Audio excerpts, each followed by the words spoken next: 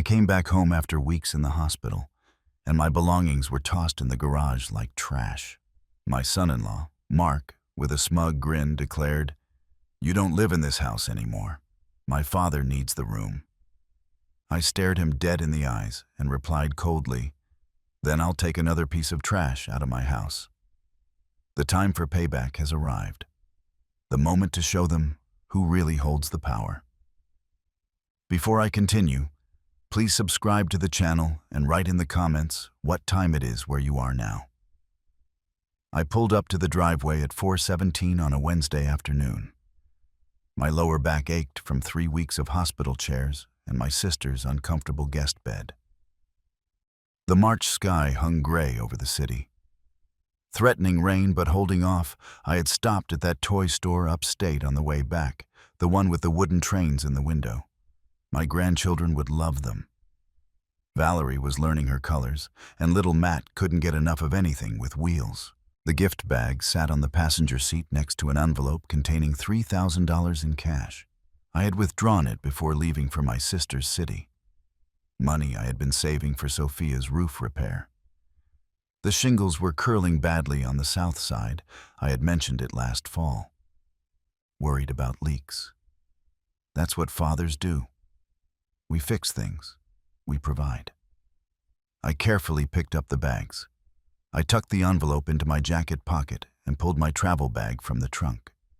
My knees protested when I straightened up. 64 years old. They mean your body keeps score of every choice you've ever made. 3 weeks sleeping in that chair by my sister's hospital bed had added interest to the debt. The front door was unlocked. I pushed it open with my shoulder and called out loudly, "I'm home! Where is everybody?" Silence answered. Not the peaceful calm of an empty house, but something denser, expectant. I dropped the gift bags on the entryway table, noting Sophia's keys in the bowl and Mark's jacket on the hook. Someone was home. I moved down the hall toward the bedrooms, intending to drop my bag in my room and maybe lie down for 20 minutes before dinner. The master bedroom door was closed. Unusual. I heard voices behind it. Low, conversational, comfortable. Instead of knocking, I headed for the garage. I would drop the bag there first. I would come back for the gifts and give them a moment to finish whatever conversation they were having. I opened the garage door and reached for the light switch. Cardboard boxes, dozens of them stacked against the walls, creating narrow pathways through what had been my workshop space. I stepped inside, my hand still on the switch, and read the closest label in Sophia's handwriting. Arthur. Clothes. The next box. Arthur. Books. Another. Arthur. Personal items. My framed photographs. The ones that had been on my dresser for 30 years. Sophia's kindergarten picture. My wedding picture. My parents' anniversary portrait. Carelessly stacked in an open box with bubble wrap wadded around them. I picked up Sophia's kindergarten picture. The glass was cracked. A diagonal fissure cutting right across her gap-toothed smile. I don't remember dropping my travel bag. I don't remember how long I stood there, looking at my life packaged up like inventory for a warehouse. "You're back," Mark's voice came from behind. I turned. He stood in the doorway between the garage and the house, his arms crossed over his chest, blocking the entrance. No smile, no greeting, no offer of an explanation as a normal person would when caught doing something extraordinary. "What is this?" My voice came out steadier than I felt. "Sophia, what is going on?" She appeared behind Mark's shoulder, not meeting my eyes. Her fingers found her wedding ring. She turned it again. "Dad, we have to talk to you." "I'll handle this," Mark cut her off, stepping forward into the garage. He moved as if he owned the space, as if he owned everything. I put the broken picture frame down very carefully. "Handle what?" "These are my things. This is my house. Was your house. Mark's tone was the same one he used with the grandchildren when they misbehaved. Patient, corrective. Things change. My father needed a place, and that room has the best space. It took a moment for the words to settle. I was gone 3 weeks taking care of my sister. And you packed up my life? You weren't using it. Mark shrugged, a small gesture that communicated mountains of indifference. The room was empty. We made a practical decision. I turned to Sophia, still half hidden behind her husband. Sophia, tell me you didn't agree to this. Mark handles the house decisions now, she barely whispered. That's right. Mark's smile didn't reach his eyes. New rules for a new situation. A sound from the doorway. An older man shuffled out of the hallway behind Sophia. Tall, gray-haired, wearing a bathrobe. My bathrobe. He surveyed the garage. He saw me standing among the boxes, and his lips curved slightly. Satisfied. He turned and walked back down the hall. I heard the master bedroom door close. Mark's father, Robert. I had seen him twice before, both briefly. I had thought him arrogant then. The kind of man who treats waiters badly and interrupts conversations. Your father is in my bedroom. He needs comfort. He's 65. He has back problems. That room has the best mattress, the attached bath. It makes sense. I reached into my jacket, pulled out the envelope and held it out to Sophia. My hand did not shake. I brought money for the roof, $3,000 that I saved. Mark took it before Sophia could move. He didn't open it. He didn't thank me. He simply put it in his back pants pocket as if I had handed him loose change. Good. We'll need that. The garage has electricity. He'll be comfortable enough out here. He turned away. Sophia followed. Neither looked back. The door closed. I stood there, surrounded by boxes containing everything I owned. In the garage of the house I had paid off completely 15 years ago. From inside, I heard the television turn on in the master bedroom. Laughter. Robert's voice loud and pleased with itself. I picked up the gift bags from where I had left them in the entryway. I set them carefully on top of a box labeled Arthur's Shoes. I opened the box with Sophia's picture again. I lifted the broken frame. I ran my thumb over the shattered glass. I didn't remember it being damaged before it was packed. Someone had been careless. More laughter drifted from the bedroom. My bedroom, my television, my house. I put the frame down. I walked to the door leading inside. My jaw hurt from clenching it. I needed answers. I needed to understand exactly what had happened while I sat by my dying sister's hospital bed, holding her hand on the worst nights, making sure she didn't wake up alone and scared. The confrontation lasted 3 minutes. I found them in the living room. Mark sprawled on the couch, Sophia curled up in the armchair, Robert holding the remote like a scepter. I asked for an explanation. Mark gave one. The decision is final. I asked Sophia to look at me, to talk to me, to remember who I was. She studied the carpet. Robert snickered. I went back to the garage. The boxes had multiplied in my absence. Or maybe I just saw them differently now, understood what they represented. I pulled out bins until I found my old sleeping bag. The blue one I had used for camping trips with Sophia when she was little. We had gone to the lake in the Rocky Mountains, seen meteor showers, told stories until she fell asleep on my shoulder. I cleared a space on the concrete floor. I moved paint cans and garden tools and unrolled the sleeping bag. The garage heater was in the corner. I flipped the switch, heard it click and hum, felt a faint draft of warm air. Better than nothing. Through the wall that separated the garage from the house, I heard the television. Voices from some sitcom, and then laughter. Robert's laugh was distinctive, a brassy sound that carried clearly. The master bedroom shared a wall with the garage. Every sound traveled through the sheetrock. The television, footsteps, the creak of the bed springs as Robert settled into what had been my bed. I lay down in the sleeping bag, still in my travel clothes. The concrete was hard beneath my shoulders. The cold seeped through the fabric. I looked up at the ceiling, the exposed rafters, and the pull string for the overhead bulb, and I listened to my family living comfortably in my house, without me. Hours passed. The house went silent around midnight. I didn't sleep. Instead, I thought about numbers. The mortgage I had paid for 30 years, paid off 15 years ago.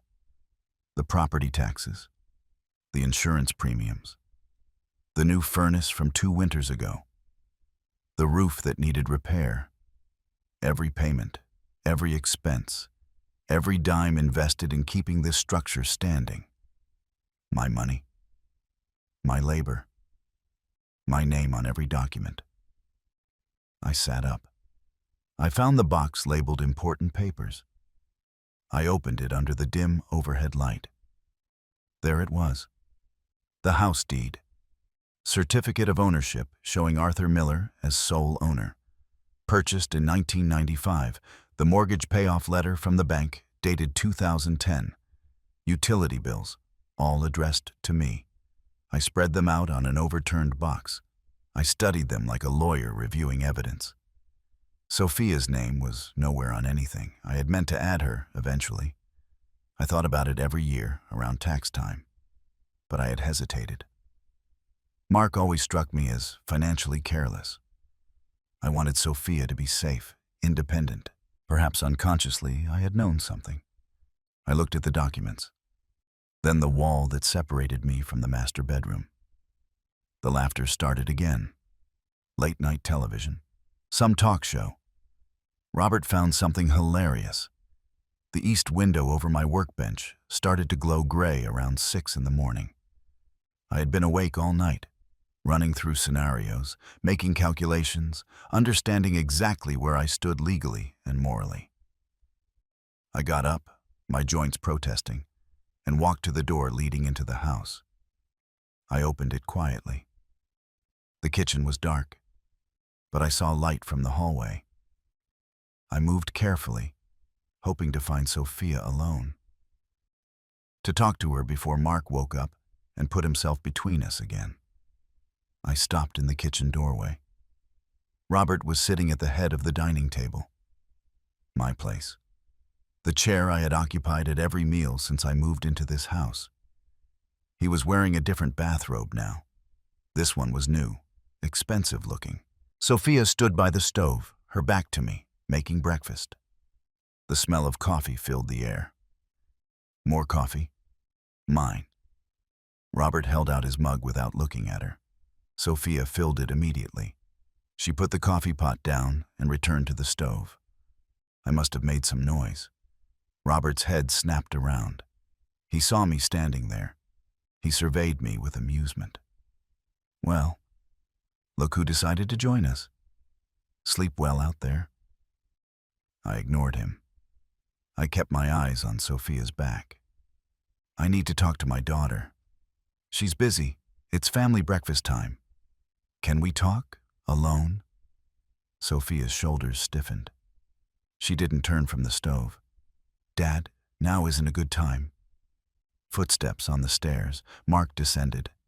He saw me standing in the doorway and walked past me to kiss Sophia on the cheek. He didn't acknowledge my presence at all. He simply sat down next to Robert and reached for the juice carafe. You heard her. We're eating.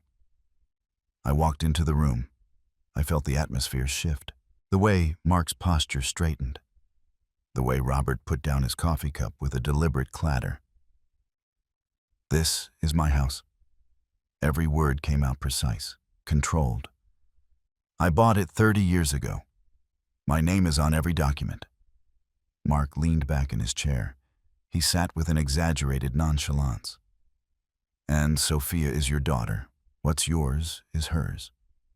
What's hers is mine. That's how marriage works. Robert actually laughed. Looks like someone's upset about the new arrangements. I turned to Sophia again. I forced her to acknowledge me. Sophia, look at me. Tell me you think this is right. She finally turned, met my eyes for half a second, and then looked away.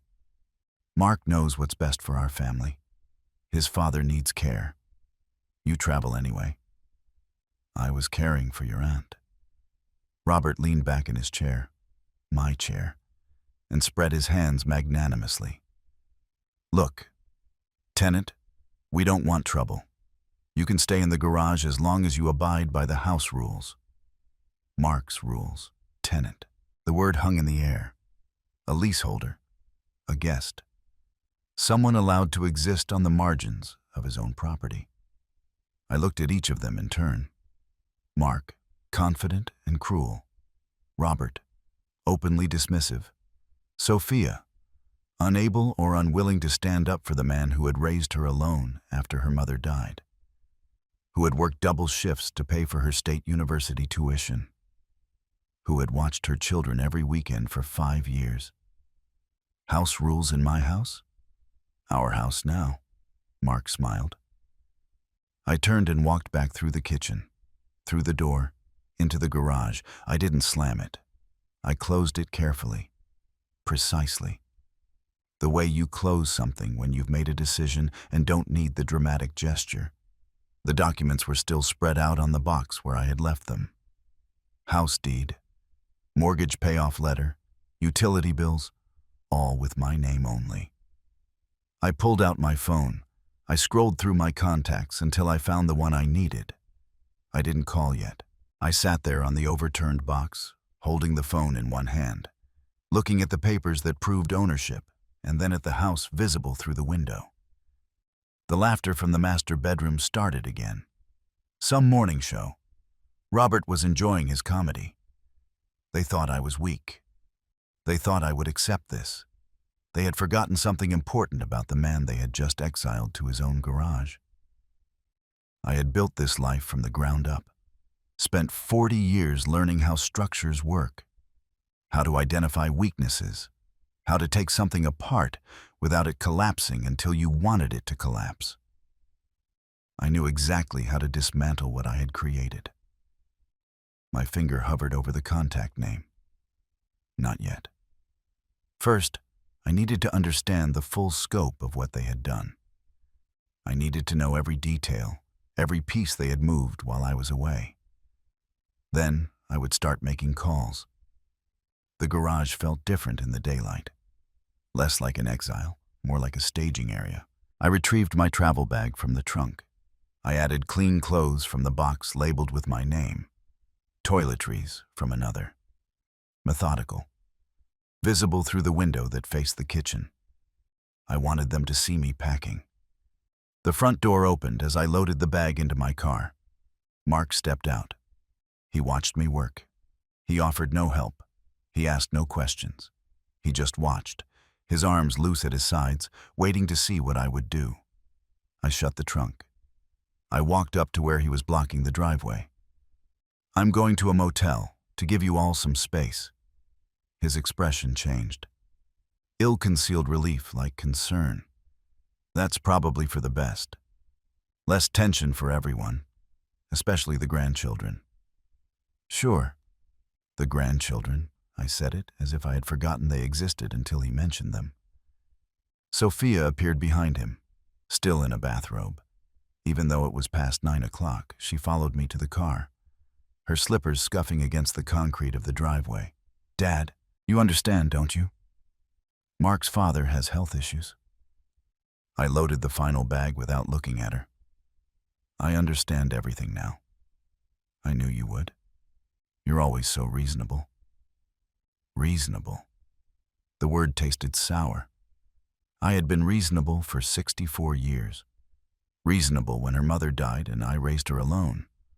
Reasonable when Mark lost his third job and I paid their mortgage for 6 months. Reasonable when they asked to move in temporarily 5 years ago. And that temporary arrangement calcified into permanence. I drove away watching them in the rearview mirror, Mark's arm around Sophia's shoulders. both relaxed, victorious. The budget motel on the main drag was not picturesque.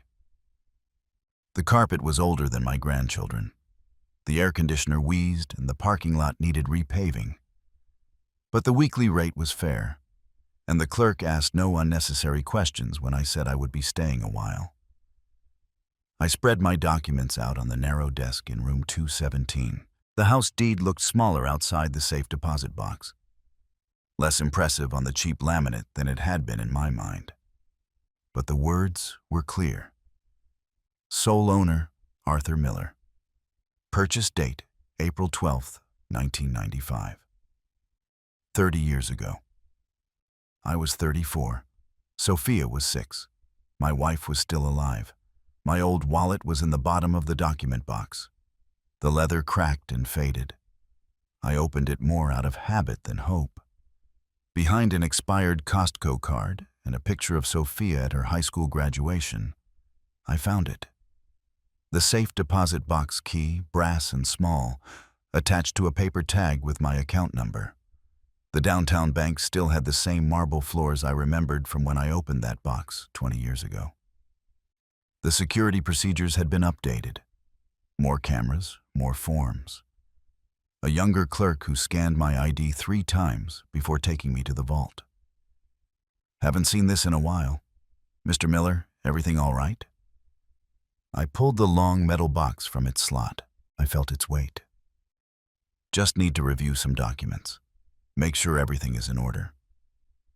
It's smart to keep copies. You'd be surprised how many people lose important papers. I don't plan on losing anything. Inside, the original house deed with its embossed seal, the title insurance policy, the mortgage payoff letter from 2018. I remembered that day, making the final payment, feeling the weight of 3 decades of monthly checks, finally lifted. I had taken Sophia and the grandchildren out to dinner to celebrate. Mark hadn't come. Some work commitment he couldn't miss. The print shop on Main Street had better lighting than the motel. I spread everything out on the counter. Deed, title, mortgage certificate. 2 years of utility bills showing only my name. Bank statements proving every payment had come out of my account alone. That's a lot of paperwork. Legal matter. The worker was young, perhaps 25, with tattoos covering both forearms. His name tag read Matt, the same name as my grandson. Property issue. I hope it goes well for you. I watched as the machine produced certified copies, each page coming out warm and crisp. It will. Back in the motel room, I created order out of chaos. Original documents in one stack, copies in another, my handwritten notes in a third. I pulled out the motel notepad and built a timeline. April 1995. Bought house, $180,000. 30-year mortgage. September 2012. Sophia married Mark, March 2018. Mortgage final payment. House paid in full. January 2020. Sophia, Mark, and children moved in temporarily. March 2025. My belongings moved to the garage. Robert moved into the master bedroom. The dates told a story. I had been the sole owner of the house for 7 years before Sophia moved in. The marriage predated my final payment by 6 years. Nothing about their claim held legal validity. I recalled a conversation from 2 years ago. Mark at my kitchen table, calculator in hand, yellow legal pad covered in numbers. With inheritance taxes, Sophia could lose 40% of the value. It's better to keep it in your name for now. Protection for her. At the time, I had thought he was being prudent, protecting his wife. Now I saw it differently. He had been protecting himself. If the house was in Sophia's name and they divorced, he would have claimed half, but as long as it remained mine, he had to keep me happy to maintain access. My laptop screen glowed in the dim motel light. I typed, "Eviction laws, tenants, Oregon." No, generic. I typed, eviction laws, squatters. The results filled pages. I read about lease requirements, notification periods, tenant rights. I learned about revised statutes, landlord obligations, formal eviction procedures. I took notes in the margins of printed articles, highlighting relevant sections, building my case piece by piece. They were not tenants. No lease existed. Rent had never been collected. They were occupants. Family I had allowed to stay. That changed everything. Around 6 o'clock that evening, I created a folder with a manila envelope I had found in the document box. I wrote on the tab with a black marker, proof of ownership. My laptop search changed. Real estate attorneys, eviction specialists, 17 firms popped up. I read reviews, checked credentials, studied attorney photos and biographies. Most were too young, too corporate, too focused on commercial property. Then I found Herrera and Associates on the 3rd page of results. The photo of Victoria Herrera showed a woman my age, perhaps her mid-60s, with sharp eyes and gray hair. She hadn't tried to hide it with dye. Her bio was concise. 30 years specializing in residential property law, landlord-tenant disputes, and family property issues. I believe in direct solutions for complex problems. Family property issues. That phrase resonated. The office address was downtown, not far from the bank I had visited earlier. I could be there when they opened tomorrow. Walk in, present my case, see if her photograph matched reality. I closed the laptop. I set my phone alarm for 7 o'clock.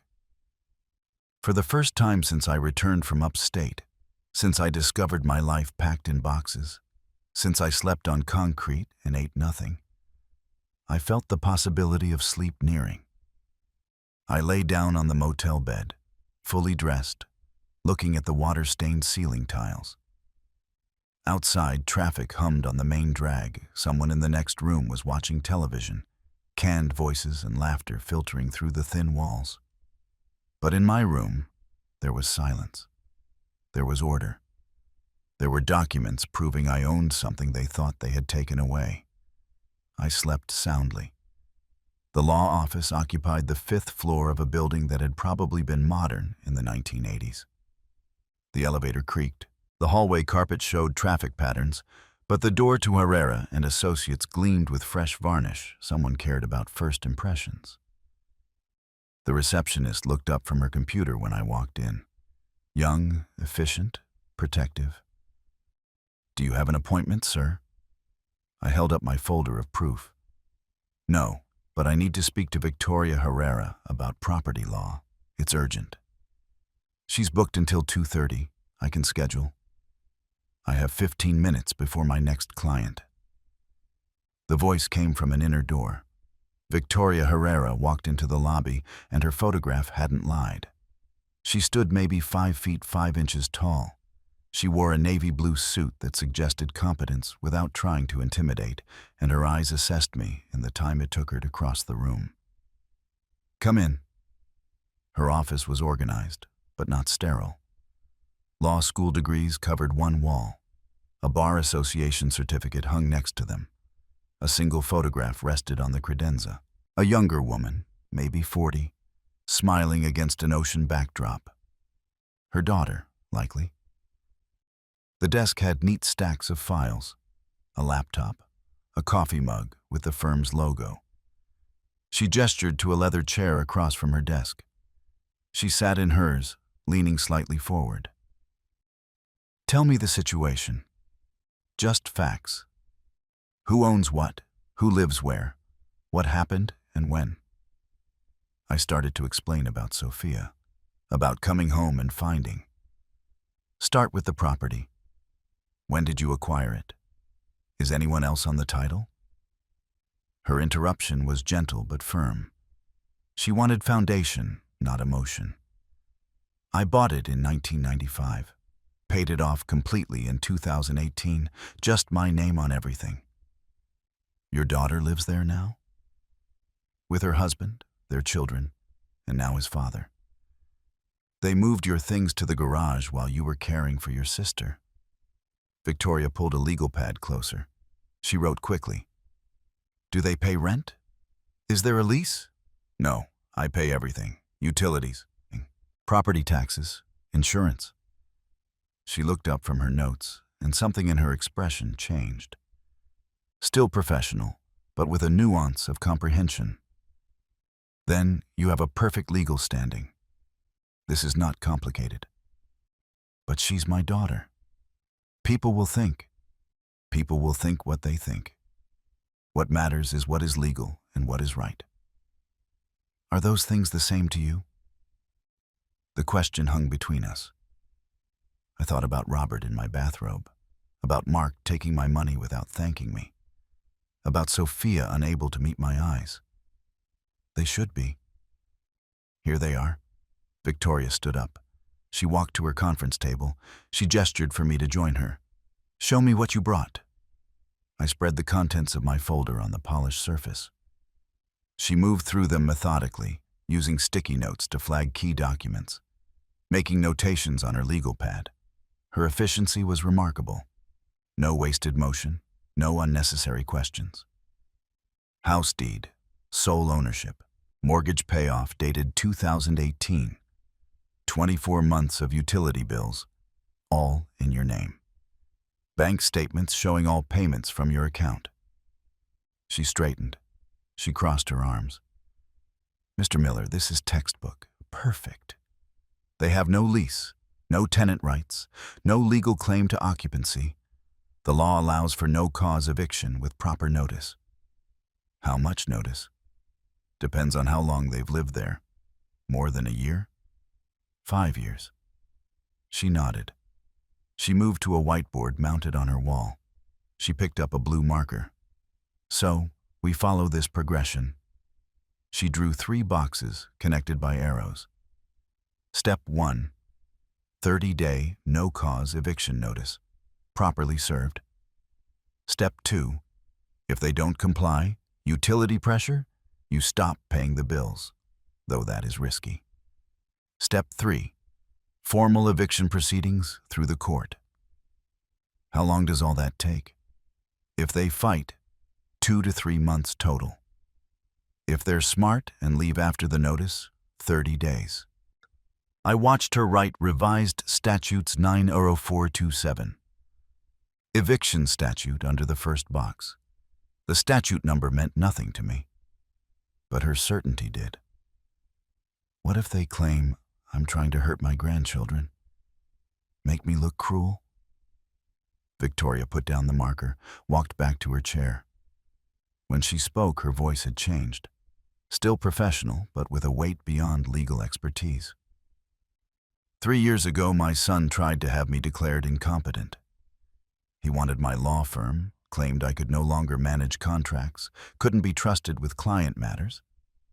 He had a psychiatrist lined up to testify. He had gathered statements from people I had supposedly confused in conversation. I leaned forward. What did you do? I took him to trial. I brought in my own experts, my client testimonials, my case records showing 0 mistakes. I won. I haven't spoken to him since.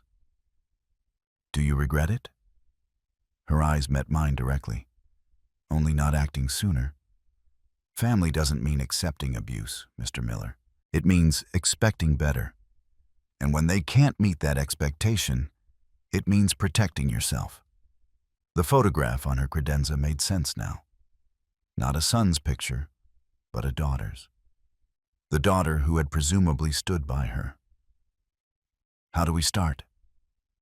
Victoria pulled a pre-printed form from a drawer in her desk. I draft the eviction notice today, have it notarized tomorrow, serve it Monday by certified mail and with a process server. That starts their 30 days. You pay me a flat fee of $2,500 plus court costs if we need to file suit. After that, you direct all communication from them to me. No conversations, no explanations, no negotiations. I pulled out my checkbook. When do I pay? Half now, half when they vacate. I wrote the check for $1,250 without hesitation. My hand didn't tremble. The numbers felt right. A bargain, really, for reclaiming what had always been mine. Victoria walked me over to her office window. We stood side by side, looking out at the street 5 floors below. People moved on the sidewalk, carrying coffee cups, briefcases, shopping bags. Normal lives, normal problems. The eviction notice goes to a notary tomorrow. It gets served on Monday, Victoria said. They have 30 days from service to vacate. If they refuse, we file the court-ordered eviction. That takes another 2 to 3 weeks. A bus stopped at the curb below. Passengers got off, others got on. The routine of it felt distant. They'll be surprised, Victoria continued. They'll probably call you, angry, don't answer. Direct all communication to me. She pulled a business card from her jacket pocket. She wrote something on the back and handed it to me. Her cell number. Call any time, even at night. Her hand lingered as I took the card. Just a moment longer than professional courtesy required. You are doing the right thing, she said. I believed her. I hadn't believed much of anything lately. Not Sophia's excuses, not Mark's justifications, not my own ability to fix what was broken. But I believed Victoria Herrera. What do I do until Monday? She smiled slightly. The first time her expression had softened since I walked into her office. Whatever you want. Just don't go back to that house. Not yet. I left her building and walked to my car. The spring air smelled of coming rain, and the downtown buildings cast long shadows across the pavement. My phone vibrated. A text from Sophia. Dad, where are you? The kids want to say hi. Victoria had said no communication. I would follow her advice. At the motel, I ordered Chinese takeout and spread the documents out on the desk again. This time they looked different. Not like evidence of loss, but like ammunition. Proof that I was not helpless, not without resources, not the confused old man they had assumed would simply accept displacement. It was 3 days until Monday, 72 hours until the notice arrived, until their comfortable assumption of ownership shattered. I ate my dinner slowly.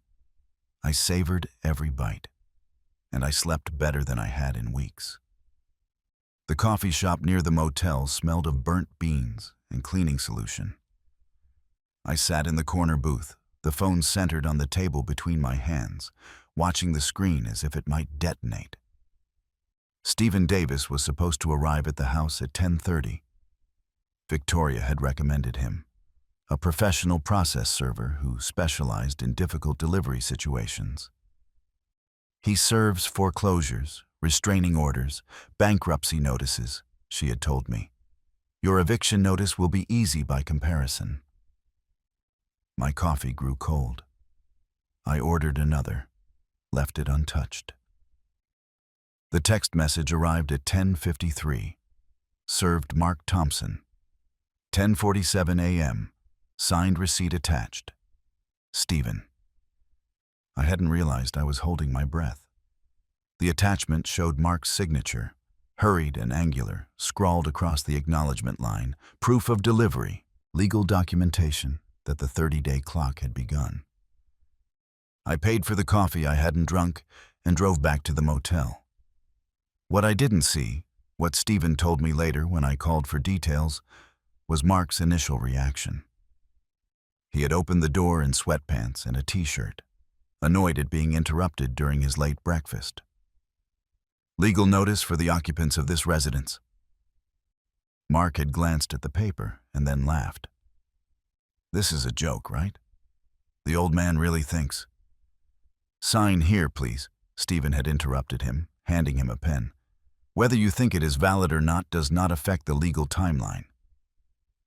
Mark had signed, still smiling, confident in his dismissal. Stephen said he had heard Mark read the notice aloud to someone inside, his voice dripping with theatrical mockery. 30-day notice to vacate. He's lost his mind. That confidence lasted about 4 hours. My phone rang at 3:15. Unknown number. I answered cautiously. Mr. Miller? This is David Rodriguez. I'm a friend of Mark Thompson. He just showed me the eviction notice you served. And? And it's legitimate. Completely legal. I wanted to call and suggest we discuss terms before this goes any further. There are no terms. The notice stands. Mr. Miller, while I sympathize that you are upset, but I hung up. Mark arrived at the motel at 7 that evening. I heard him before I saw him. Heavy footsteps on the exterior hallway. The kind of deliberate stomp meant to intimidate. He knocked on my door with the side of his fist. I opened it, but I didn't invite him in. I stood in the doorway, forcing him to have this conversation where other guests could hear. Arthur, come on. Let's talk about this like adults. We are past talking. Your daughter? Your grandchildren? Would you really kick them out? I am enforcing my property rights. You have 30 days. His face shifted. The reasonable mask slid away. If you do this, you'll never see those kids again. Never. I kept my voice level. Then you'll never see the inside of that house again after May 2nd. Your choice. My father has health issues. You know that. Then find him suitable housing. That is not my responsibility. Mark stepped closer. I didn't back up. Sophia will hate you for this. Sophia made her decision when she let you pack my belongings without telling me. He stared at me, searching for weakness, finding none. Then he turned and strode away, each step deliberate on the concrete. I closed the door. I sat on the bed. I waited. The call came 90 minutes later. Sophia's name on the screen. Dad, please. Her voice was thick with tears. The children are asking why Grandpa is making us leave. Sophia, I can hear Mark coaching you. A pause. Mark's voice in the background, not quite whispered. Tell him about their school. Put the phone on speaker. A clatter. Then Mark's voice, clear and cold. We're not leaving. Force us out and see what happens to your reputation. My reputation is with myself. I will see you in 30 days. Someone snatched the phone. Robert's voice came through, sharp and venomous. Senile old man. You think you can. I hung up mid-sentence. The phone rang back immediately. Mark's number. I didn't answer. It rang again. I declined. A third time, I declined. A text message came through. You just made the biggest mistake of your life. I deleted it. Another text from Sophia. How could you do this to your own family? Deleted. My phone vibrated with a notification. Facebook. Sophia had tagged me in a post. I opened the app, something I rarely did. There was a picture of Valerie and Matt, both looking at the camera with exaggerated, sad expressions. The caption read, Heartbroken that my children are being forced out of their home by their grandfather. Please send prayers. There were already 3 comments. I'm so sorry, Sophia. Praying for you and the babies. Families should support each other, not tear each other down. I closed the app. I stared at the ceiling. I knew this was coming.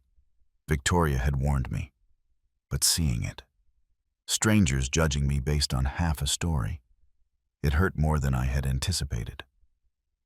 My phone rang again. Victoria's name this time. I answered. Have you seen Sophia's post? Victoria's voice came through clear, concerned but not panicked. Background noise suggested she was still in her office, despite the late hour. Just now. This is standard.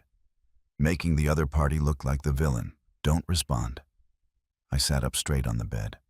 People I've known for years are commenting, calling me heartless. They don't know the whole story. You can't win a lawsuit on social media, Arthur. Stay silent. How long will this last? Until they realize it isn't working? Or until the 30 days are up? Whichever comes first. She was right. I knew she was right, but knowing it didn't make it easier. The next morning, I checked Facebook against my better judgment. Sophia's post had multiplied overnight. 17 comments now. Former colleagues from the architecture firm where I had worked for 30 years. Neighbors from the street where I had lived since Sophia was 6. Laura Jones from 3 doors down. This breaks my heart. Those poor babies. A new post popped up as I watched. A picture of Robert sitting in an armchair, looking frail and worried. Sophia's caption: facing homelessness at 65 with severe health issues. Where is the compassion? I closed the app. I threw the phone onto the bed. Wednesday morning, the motel office called my room. "Mr. Miller, there's a certified letter here for you." The envelope was from Martin Fox, attorney at law. The return address was a small strip mall on a busy avenue. I opened it standing in the parking lot.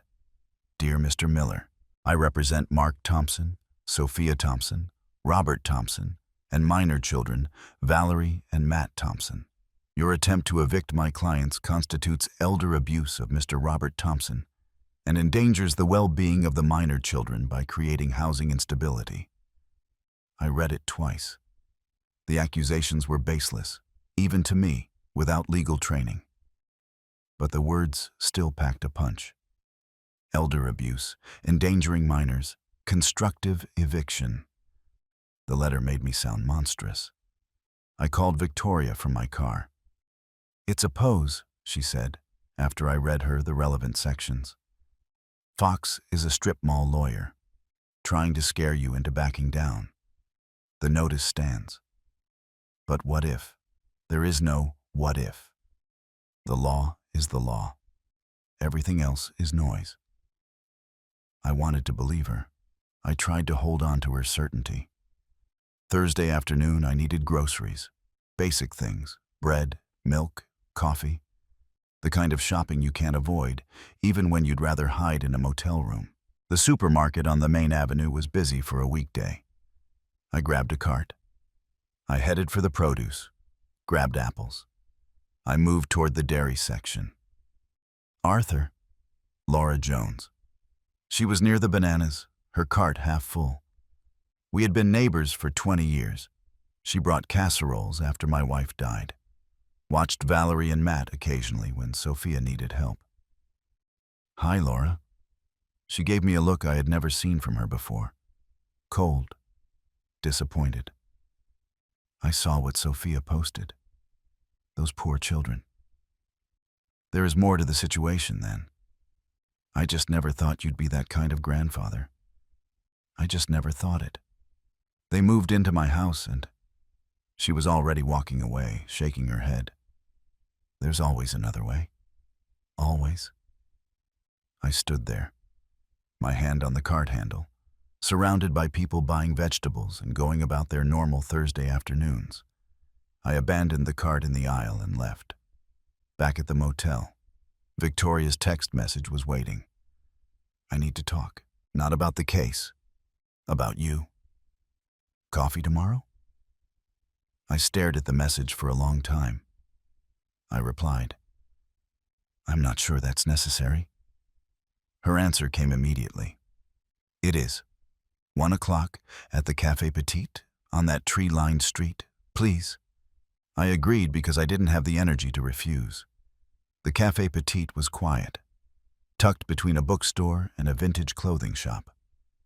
Victoria was already there when I arrived, sitting at a corner table with 2 mugs of coffee in front of her. "I already ordered yours. Just black, right? How did you know?" You strike me as someone who doesn't overcomplicate things unnecessarily. We sat in silence for a moment. I tasted the coffee. It was good. Better than the motels or the chain I had been frequenting. "Maybe everyone is right," I said finally. "Maybe I am being cruel." Victoria set her mug down carefully. Tell me something. When your daughter let her husband pack up your belongings, was that kind? No. When they gave his father your bedroom without asking, was that respectful? No. Then why are you the one questioning yourself? I didn't have an answer. Victoria leaned back. She studied me for a moment. When she spoke again, her voice carried a different weight. My son brought a psychiatrist into my office 3 years ago. Said I was showing signs of dementia. He wanted me competency evaluated, his own son. He needed me incompetent to seize my firm. He had already talked to 3 of my partners about a smooth transition once I was declared incapacitated. What did you do? I fought. I hired my own experts. I brought in my case files. I proved my competence in front of a judge. I won. She paused. I lost him. But I kept my dignity and my business. If I regret it, I regret that he forced me to choose. But I don't regret choosing myself. The coffee was warm, even though rain was beginning outside. A young couple sat near the window, laughing at something on a phone. Normal life continued all around us. What if I lose them all? I asked quietly. Victoria reached across the table. Her hand covered mine, warm and solid. Then you find new people, better people, people who don't mistake your kindness for weakness. I looked down at our hands. I hadn't held a woman's hand in years, not since my wife passed away 12 years ago. This felt different than simple comfort. It felt like partnership, like someone standing with me instead of looking on from a distance. They are counting on your weakness, Arthur. On you caving for the sake of peace, but that's not peace. It's surrender. And you'll spend the rest of your life living in a garage, wondering why you let them win. The rain tapped harder against the window. Neither of us moved our hands. The notice still stands, I said finally. It wasn't a question. The notice still stands, Victoria confirmed. Her hand remained where it was. I turned mine over. I let our fingers intertwine properly. We sat like that as the rain fell and the coffee grew cold. And for the first time since the supermarket encounter, I felt less alone. Outside, the world might be judging me. Online, strangers might be calling me heartless. But here, in this quiet cafe, with this woman who understood betrayal the way only someone who has lived it can understand, I felt something I hadn't felt in weeks. I felt safe. Victoria spread the utility bills across the conference table like a croupier showing his hand. Electric, water, cable, internet. My name appeared on the header of every account. They are living in your house at your expense, she said, tapping the cable bill with her pen. It's time to turn off the money tap.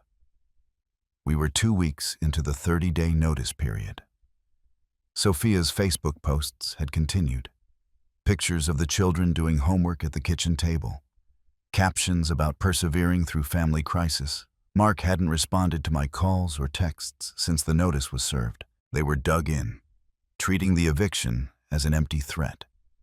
The notice expires in 2 weeks, Victoria continued. They're still there.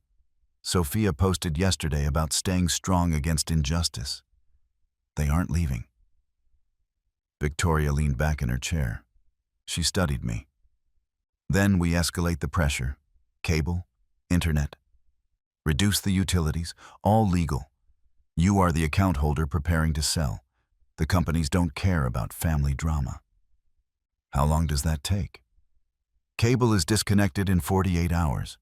Electric reduction takes about a week for the paperwork. She brought something up on her laptop. She turned the screen toward me. You cannot cut the electric entirely. Safety regulations. But you can request reduction to minimum service.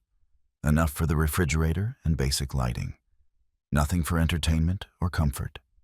I thought of Mark and Robert watching sports in my master bedroom. Of the children watching cartoons on tablets.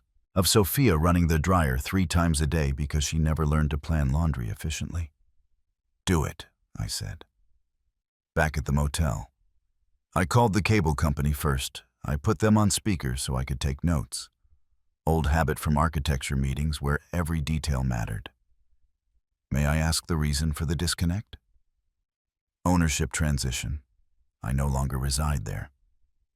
Will someone else be taking over the account? No, complete disconnect. I can process that effective in 48 hours. You'll receive a confirmation email shortly. The electric company was trickier. The representative questioned my request for minimum service, suggested I simply transfer the account to the current occupants. The property is under dispute, I explained, reducing to the legal minimum until it is resolved. Minimum legal meant refrigerator, stove, and one light per room. No heat beyond what the furnace required for pipes. No air conditioning. No entertainment systems. The confirmation email arrived that evening. Service reduction effective in 5 business days. I photographed everything. Confirmation emails. Service change receipts. I created a spreadsheet with dates, times, account numbers. My architect's precision applied to legal warfare. Victoria called that night. How did it go? Cable cuts off Friday. Electric reduces next Wednesday. Good. Now we prepare the next phase. She paused. Have you thought about listing the house for sale? Selling it? Maybe, maybe not. But prepare the listing, take pictures, draft the listing documents. It sends a message. It shows you are serious. We met a real estate photographer on Saturday. He took exterior shots while I waited in the car, not wanting to risk running into the family. The house looked good in the afternoon light. The lawn I had maintained for 30 years, the new gutters I had installed 2 summers ago, the painted trim Sophia had once complimented. When do you want this to go live? The photographer asked, showing us the images on his laptop. I looked at Victoria. She nodded slightly. Not yet, I said. I'll let you know in 10 days. The internet died on Friday afternoon. Mark called within an hour, his voice tight with anger. What did you do? The internet is dead. I disconnected services on my property. You can't just. The children need internet for school. You have 13 days to find a new residence with internet. I suggest you start looking. This is illegal. Cutting utilities. Consult your attorney. I am the account holder. I can modify or cancel any service I am paying for. He hung up without another word. Sophia called that evening. I could hear the children crying in the background, their voices high and panicked the way children get when routine is broken. Dad, please, the kids can't do their homework. It's dark by 6 and the lights barely work. I reduced the electricity to minimum safety levels. The refrigerator works. Basic lighting works. Anything else requires you to open your own account. We can't afford it? Then perhaps you should consider that the housing I was providing was not as onerous as Mark made it seem. Silence. Then, in a small voice, Mom would be ashamed of you. The words landed, heavy in my chest. I had been waiting for them. I had prepared for them, but hearing them still hurt. Your mother taught you better than this, Sophia. She would be ashamed of how you have treated me. I ended the call before she could reply. 2 days later, Victoria and I were sitting in the photographer's office reviewing the house images. He had done an excellent job, professional staging, perfect lighting. The property looked to be worth $20,000 more than market value. Send these to Mark, Victoria suggested. No words, just the photos. I hesitated only a moment. I pulled out my phone. I selected the 12 images. I forwarded them to Mark's number. 3 dots appeared immediately. Mark was typing. Then they stopped. Started again. Stopped. No message came through. Victoria's hand found mine across the desk. Her fingers were warm, firm. Now he knows, she said softly. He knows you'll really do it. We sat watching my phone screen, waiting for a response that never came. The silence felt louder than any of Mark's threats. Outside the window, the city went about its business. It was Tuesday afternoon. Cars drove past, people walked dogs. Normal life continued while I dismantled mine, one careful piece at a time. But Victoria's hand remained where it was, and that felt more solid than anything I had lost. Victoria closed her office door, something she had never done before. We usually left it open during meetings. Professional courtesy. Nothing to hide. She sat next to me on the leather couch instead of across the desk. I have a practical solution to discuss. Her tone was careful, measured. I knew I would resist. About the case? About where you are living? She pulled out her phone. She showed me pictures of a small house, cream siding, red front door, a lawn with late tulips. I have a rental property in a quiet neighborhood. The current tenant moved out last month. That's kind, but I can manage the motel. Arthur, I've been to that motel. It smells like disinfectant and sorrow. The house is empty. Use it. I can't accept. It's not charity. It's practical. She looked me dead in the eyes. I can't have my client living in the dumps when he needs to stay sharp. The house was 15 minutes from her office, tucked away on a quiet street where the maple trees joined overhead, forming a canopy.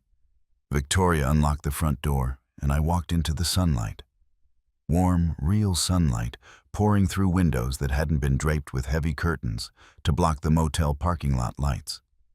2 bedrooms, updated kitchen with white subway tile, hardwood floors that creaked pleasantly underfoot, a back door that opened to a small yard with raised beds ready for planting. I stood in the living room, feeling my shoulders relax for the first time in weeks. This is too much, Victoria. It's a house. Empty houses deteriorate. You'd actually be helping me by keeping it occupied. I would insist on paying rent. Fine, pay me when you sell your house, and this nightmare is over. Until then, consider it case expenses. I almost smiled. That's not how case expenses work. I'm the lawyer.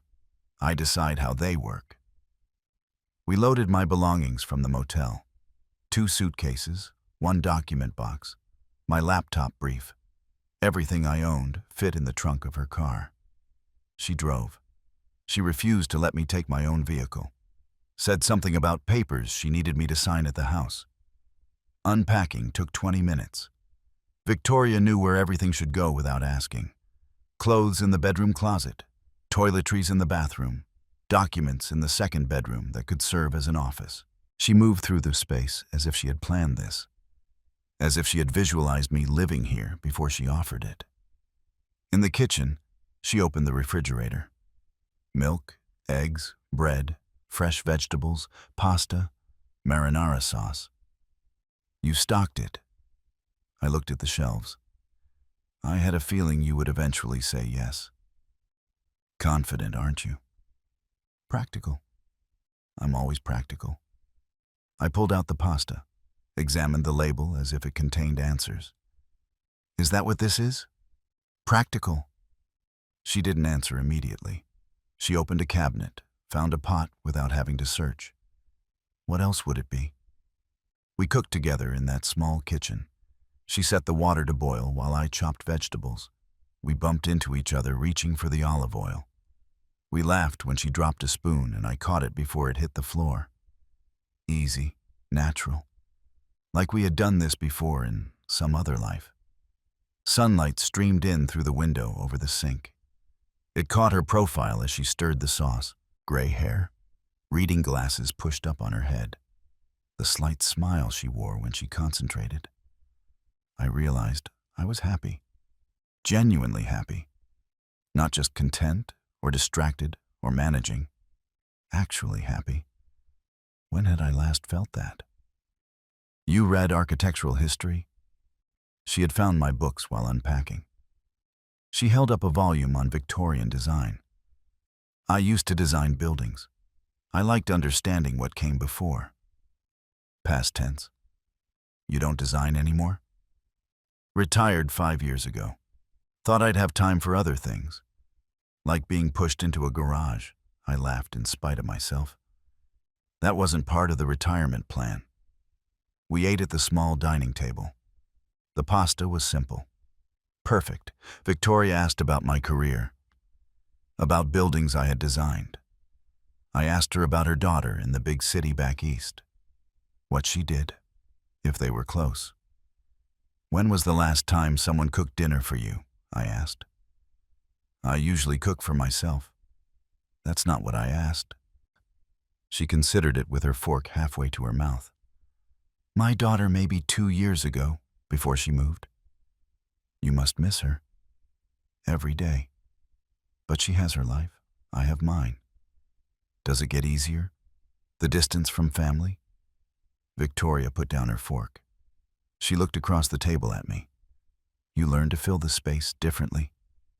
My phone vibrated. I ignored it. It vibrated again. Sophia's name on the screen. I picked it up. I read the text message aloud. Robert and Mark had a huge fight. The children are scared. Please reconsider. Victoria read it over my shoulder. She didn't say anything. She just squeezed my hand where it rested on the table. We washed dishes together. She scrubbed. I dried. The window over the sink looked out onto the yard, twilight tinting the raised beds purple. I could plant tomatoes there, maybe herbs. The thought felt radical after weeks of motel rooms and garage exile. At the front door, Victoria picked up her purse. She pulled out her keys. Thank you, I said. For everything. The house, the case, you. I didn't know how to finish. She adjusted her coat, not quite meeting my eyes. Would you do the same? Would I? I think you would. She looked at me then. I think you are someone who helps people. That's why this situation hurts so much. You were always the giver, and they just took. Something shifted in the space between us. I reached out. I touched her arm gently. Stay a little longer. Her keys were in her hand. She looked at them, then back at me. I should. Stay. Not demanding, just asking. Victoria put her keys down on the entryway table. Maybe another cup of coffee, she said softly.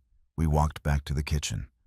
I started the coffee maker while she leaned against the counter, watching me with an expression I couldn't quite read. The house settled around us. The creak of the floorboards, the hum of the refrigerator, the distant sound of someone's dog barking 3 houses away. Normal sounds. Normal home sounds. Victoria accepted the cup of coffee I handed her, our fingers brushing in the exchange. Neither of us pulled away. Arthur, she said, and then stopped.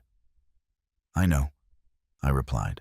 We stood there in the kitchen of a house that wasn't mine, drinking coffee that was too hot, not saying what we both understood.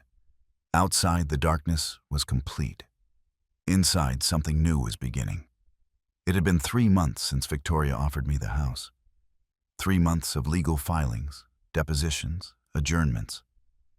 The May deadline came and went, with Mark refusing to budge, forcing us into formal eviction proceedings. Now, in mid-August, we stood in the hallway of the county courthouse, waiting for our case to be called. Victoria wore a charcoal gray suit, her reading glasses tucked into her jacket pocket, carrying a leather brief that looked heavy with evidence. She had spent the previous night at the house organizing documents, preparing questions, running through Mark's likely testimony. Professional, focused. My lawyer again, though we both knew she was more than that now. Case Thompson versus Miller, the bailiff called out. We turned toward the courtroom doors. Sophia rounded the corner with Valerie and Matt, both children taller than I remembered. Valerie wore a purple dress. Matt had a dinosaur backpack. Our eyes met across the hallway. Matt tugged on Sophia's hand. Mommy, Who's that man? Sophia's face tightened slightly. No one, sweetie. The word landed harder than Mark's threats ever had. I was no one to my grandson. 3 months of separation had erased me. My hand tightened around the folder Victoria had given me. She touched my elbow gently. Let's go. The courtroom was smaller than television makes them seem. Judge Mary Rodriguez presided, a woman in her mid-50s with sharp eyes and no patience for theater. I had learned that from Victoria, who had researched every judge in the rotation. Martin Fox sat at the defense table. His suit fit poorly, his presentation scattered. Mark beside him looked confident. Robert was not yet present. We took our seats at the plaintiff's table. Victoria arranged her materials with precision. Fox stood for opening arguments. Your Honor, my clients are the victims of a retaliatory eviction by a bitter, spiteful man who cut off basic utilities to freeze out his own daughter and grandchildren. Judge Rodriguez looked up from her notes. Mr. Fox, this is a property dispute, not family court. Let's focus on legal standing. But the emotional context. The legal context, counsel. Who owns the property? Fox fumbled with his papers. Well, the plaintiff, technically, but... Then let us proceed from there. Victoria rose slowly. She placed a single document on the overhead projector. The original house deed from 1995. My name etched onto the title line. She let it speak before her. Your Honor, the facts are clear. Mr. Miller is the sole owner of the property in question. He purchased it 30 years ago. He paid the mortgage off in 2018. In March of 2025, he returned from caring for his sick sister to find his belongings packed in the garage and his bedroom occupied by Mr. Mark Thompson's father, without permission or notice. She clicked through slides, each one a nail hammered into Mark's case. Bank statements showing 30 years of payments, 2 years of utility bills, all in my name. The notarized eviction notice properly served on April 15th. Photos of my belongings boxed in the garage, timestamps proving the date. And the family's response to the eviction notice? Judge Rodriguez asked. They ignored it completely and filed this frivolous countersuit claiming constructive eviction. The judge's eyebrow arched. After they constructively evicted him from his own bedroom. Fox called Mark to the stand. My son-in-law climbed up confidently. He settled into the witness chair as if he were doing everyone a favor by appearing. Fox asked soft questions about family understanding and shared living arrangements. Mark explained how I had invited them to stay, how it was supposed to be permanent, how cutting the utilities was deliberate cruelty. Then Victoria stood for cross-examination. Mr. Thompson, how much rent did you pay Mr. Miller monthly? We had a family arrangement. Yes or no, did you pay rent? Mark's jaw tightened. No. When you moved your father into Mr. Miller's bedroom, did you get his permission? He was away. We needed. Permission, yes or no? No.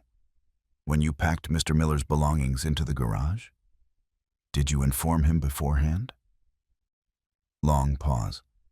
Mark looked at Fox, finding no rescue there. No. Victoria laid out manila folders in sequence as if dealing cards. The affidavit from process server Stephen Davis about Mark's initial mockery upon being served. Phone records showing Mark's threatening calls after the notice. The email confirmations of the utility shutoffs, all requested by the account holder, Mibasa. I was called to the stand. Victoria's questions were gentle, but devastating in their simplicity. Mr. Miller, when you returned from upstate, where did you sleep that first night? In my garage? On the concrete floor? In the house you had owned for 30 years? Yes. Did anyone apologize? No. My son-in-law told me those were the new rules. The courtroom was silent, except for the tap-tap of the court reporter's keys. Judge Rodriguez reviewed the documents Victoria had submitted, taking her time. Mark whispered urgently to Fox. Sophia sat in the gallery, quietly weeping into a tissue. The judge looked up.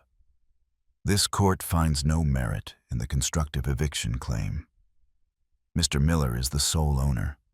The defendants are occupants without a lease, without payment, who denied the owner access to his own residence. The original eviction notice stands. Defendants are to vacate within 7 days and pay the plaintiff $8,500 in court costs plus $5,000 in compensatory damages. Robert burst through the courtroom doors, late as usual, catching the tail end of the ruling. This is outrageous. We have nowhere to. Mr. Thompson, Sr., sit down, or I will hold you in contempt. Bailiff, please. Robert stormed toward the exit instead. This whole system is corrupt. The bailiff moved to intercept, but the judge waved him off. Let him go. The ruling stands. Mark sat, stunned. Fox gathered his papers, defeat written on his face. Sophia stood, took her children's hands, and walked toward the doors without looking at me. Outside on the courthouse steps, Victoria finished a call with her office while I watched Mark help Robert into his car. The old man was still ranting, gesturing wildly. Mark looked hollow, defeated. Sophia buckled the crying children into the back seat. She looked back once. She saw me standing there. For a moment, we were just father and daughter again. Before Mark. Before the house. Before everything fractured. Then Mark called out to her sharply, and she got in the car. They drove away. Victoria joined me. She took my arm. You won? I didn't feel like I had won. I know what you're thinking, she continued quietly. That winning in court isn't the same as winning in life. I nodded. But sometimes, protecting yourself is the only victory that matters. You'll have time to rebuild other things. She didn't say rebuild with me, but it was there, unspoken, in the way her hand rested on my arm. We walked toward her car together. The courthouse clock read 3:15. In 7 days, the house would be mine again. Completely mine. The keys still fit. I had never changed the locks. It hadn't been necessary. The house had always been mine, legally, if not physically. I stood in the entryway, breathing in air that smelled different. Stale. Like windows closed for too long. Victoria pulled into the driveway behind me, her car loaded with boxes from the other house. My belongings, finally coming home. The living room was empty. Not just of people, of everything. The family photos that had hung on the walls were gone. Sophia's decorative pillows. The children's toys scattered in corners. Mark's sports memorabilia on the mantel. All gone. The space felt hollow but undamaged. They had taken what they could, but they had left no destruction. I walked through each room methodically. The master bedroom held only the furniture I had purchased 30 years ago, retrieved from the garage where they had banished it. The children's rooms, clean. Not even a forgotten crayon on the floor. No trace of Robert anywhere.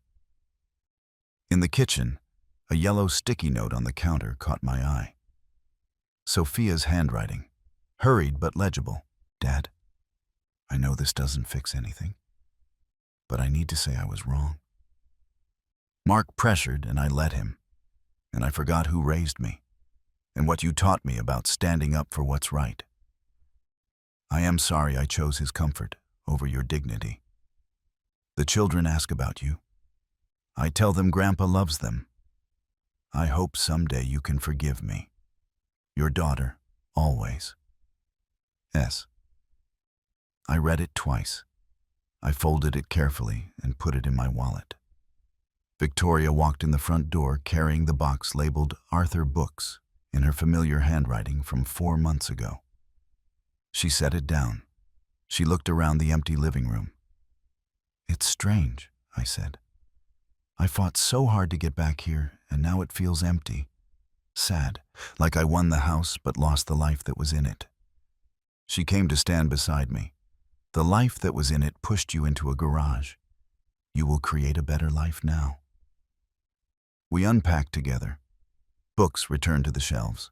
My framed photographs, my parents, my wife, Sophia as a child placed back on the mantel.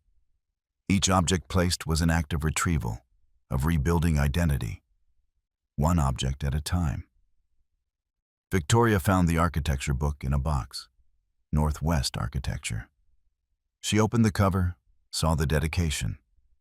To Dad, who taught me to see the bones of buildings. Love, Sophia. 10 years ago, I said, her birthday gift to me. She was thoughtful once. She was. I don't know when that changed. Victoria closed the book softly. People don't change. Circumstances reveal who they already were. You just didn't want to see it. Night fell as we worked. The house slowly transformed. Not back into what it was, but into something new. Victoria found ingredients she had brought from the other house. She started pulling out pots and pans. "What now?" she asked. "Filling a pot with water?" "You have your house back. The case is closed. You don't need a lawyer anymore." I took the pot from her. I put it on the stove. "Is that what you were, my lawyer? For a while?" And then, something else. Something else sounds better. Much better. We cooked pasta. The same meal we had made together twice before. Once in her house, once in this kitchen months ago, when I had thought life would always include Sophia and the grandchildren. The ritual felt right, reclaiming the space together, writing new memories over the old ones. After dinner, we carried our wine glasses out to the back deck. The wooden chairs I had built 20 years ago were waiting. We settled into them as the summer evening faded to dark. "I learned something through all this," I said. "What is that?" "That kindness without boundaries is just weakness. That I deserve respect in my own life. That losing people who don't value you isn't really a loss." Victoria set her glass on the deck railing. "And what did you gain?" I looked at her, her gray hair catching the last light, comfortable in my space as if she belonged there. "Clarity, strength, you." I was already here. I know. That's the best part. The stars came out one by one. Wind chimes sounded somewhere in the neighborhood. The house was quiet behind us, empty, but no longer lonely. "I should probably go," Victoria said. But she didn't move. "You could stay," I kept my voice casual. "I have a guest room." She laughed softly. "A guest room? I'm old-fashioned." "Me too." We sat in comfortable silence. Victoria reached across the space between the chairs, found my hand. "Tomorrow," she said, "we could start hanging pictures on the walls, make it feel like yours again." "Ours," I corrected gently. Victoria squeezed my hand. She didn't argue. In the kitchen, Sophia's note was folded in my wallet. Someday I might call her. Someday she might answer. We might rebuild something smaller, but more honest than what we had before. But tonight, this moment, this peace, was enough. The house was mine again. Victoria's hand was warm in mine. The stars kept coming out, filling the dark sky with light. I had lost a daughter, for now at least. Lost grandchildren who didn't recognize me. Lost the family I thought I had. But I had regained myself. Gained boundaries. Gained someone who saw my worth and stood by me through the ugliest parts of claiming it. The night air was cool, pleasant. Victoria's thumb traced circles on the back of my hand. Neither of us spoke. We didn't need to. This was it. If you liked this story, please like this video. Subscribe to the channel and share your thoughts on this story in the comments. To hear the next story, click the box on the left. Thank you for watching.